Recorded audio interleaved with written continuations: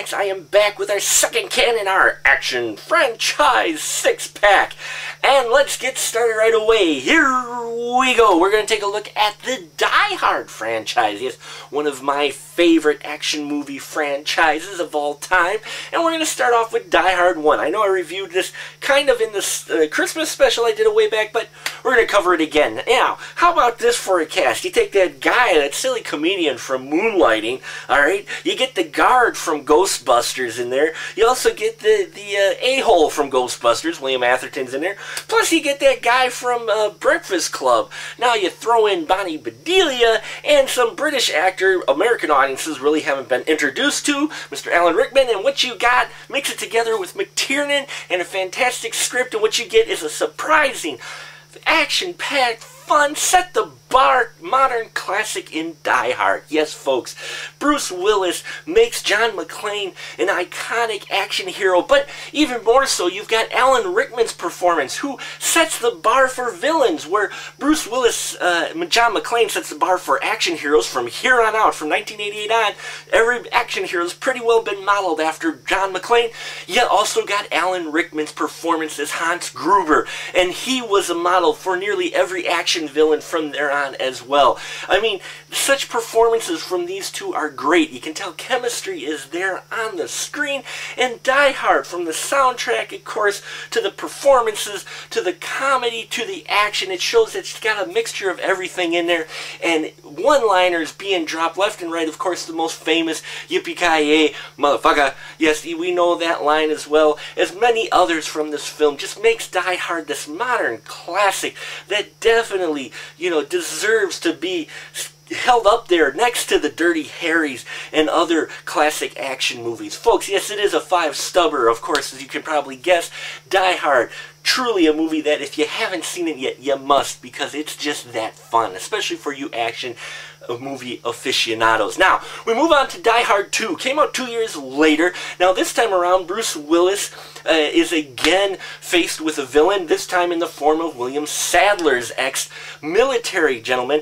And Bruce Willis, on his side, he's got, along with him, Fred Thompson. Yes, the guy from the government himself. Fred Thompson's in this film, along with Bonnie Bedelia's back. You got William Atherton back again, playing his character. Now, this time around, they kind of took the story, it's a Christmas story in D.C., and the airport's held hostage, and John McClane's wife's up in an airplane, can't land, running out of fuel, so John works his magic, and his Die Harder, which was really the worst subtitle, I think, ever for a film, Die Harder.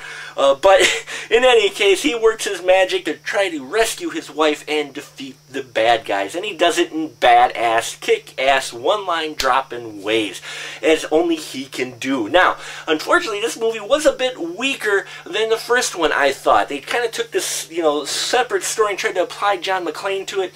Didn't quite mesh as well with the McClane character, I thought, as, you know, something, maybe an original script, but nonetheless, it's a fun action film. Gets 3.5 stubs.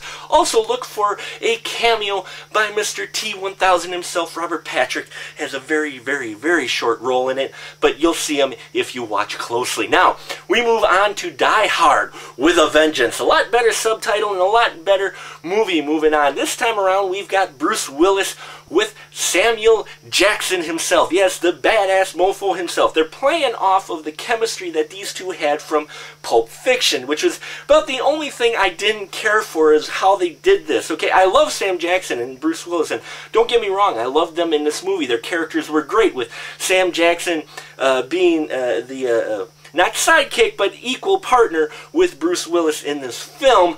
But I know the reason they paired these two together specifically was because of the popularity of Pulp Fiction. But it still works for a Die Hard film.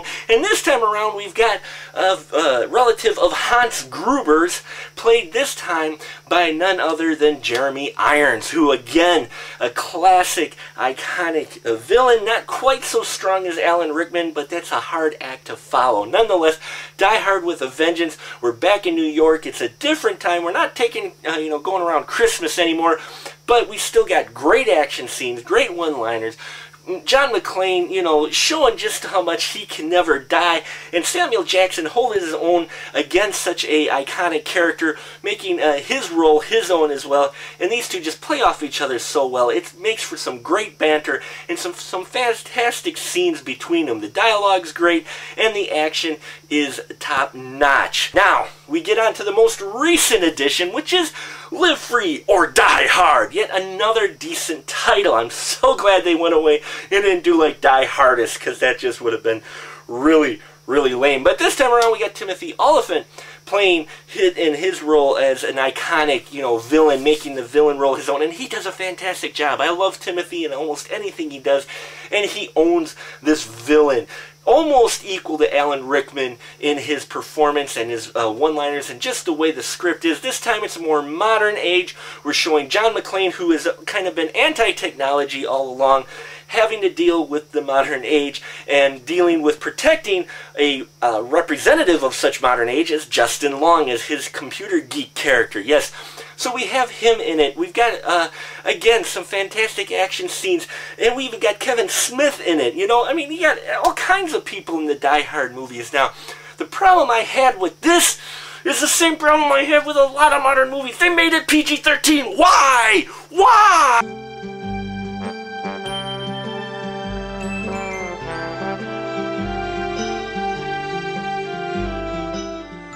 And that's the Die Hard series. Definitely a classic action franchise that's still going. They're talking about a Die Hard 5. So let's hope to see that, because we just can't get enough of John McClane and his attitude and his just stamina and his never say quit, and the fact that the man can just take a beating and keep on ticking, folks.